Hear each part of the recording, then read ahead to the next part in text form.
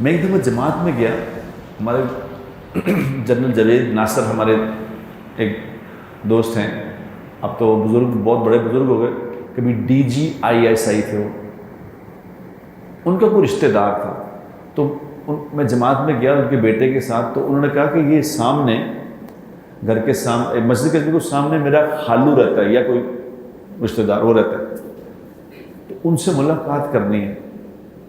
تو میں نے کہا کر لیتے ہیں۔ ان سے ملاقات کرنے کے لیے گئے، میں نیا نیا تبلیغ میں لگا تھا، ملاقات کرنے کے لیے گئے تو وہ انتہائی لرنڈ آدمی تھے، لرنڈ، پڑھے لکھے۔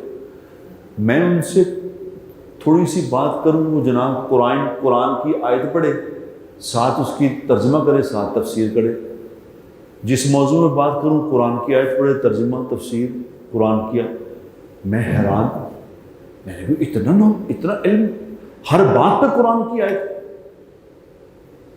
تو میں نے اس سے کہا، میں کہا جی آپ نماز تو مسجد میں پڑھتے ہوں گے، آپ نماز تو مسجد میں پڑھتے؟ انہوں نے کہا نماز تو پڑھتا ہی نہیں۔ انہوں نے کہا میں تو نماز پڑھتا ہی نہیں۔ میں نے کہا سبحان اللہ، اتنا قرآن جانتے ہو، اتنا علم ہے اور نماز نہیں پڑھتے، یعنی پڑھتے ہی نہیں، گھر بھی نہیں پڑھتے؟ انہوں نے کہا نہیں میں نہیں پڑھتا، کیونکہ اعمال علم کی بنیاد پہ نہیں ہوتے۔ بڑی غور سے بات سنا کرو کہ عمل جو ہے وہ علم کی بنیاد پہ نہیں ہوتا، عمل یقین کی بنیاد پہ ہوتا ہے۔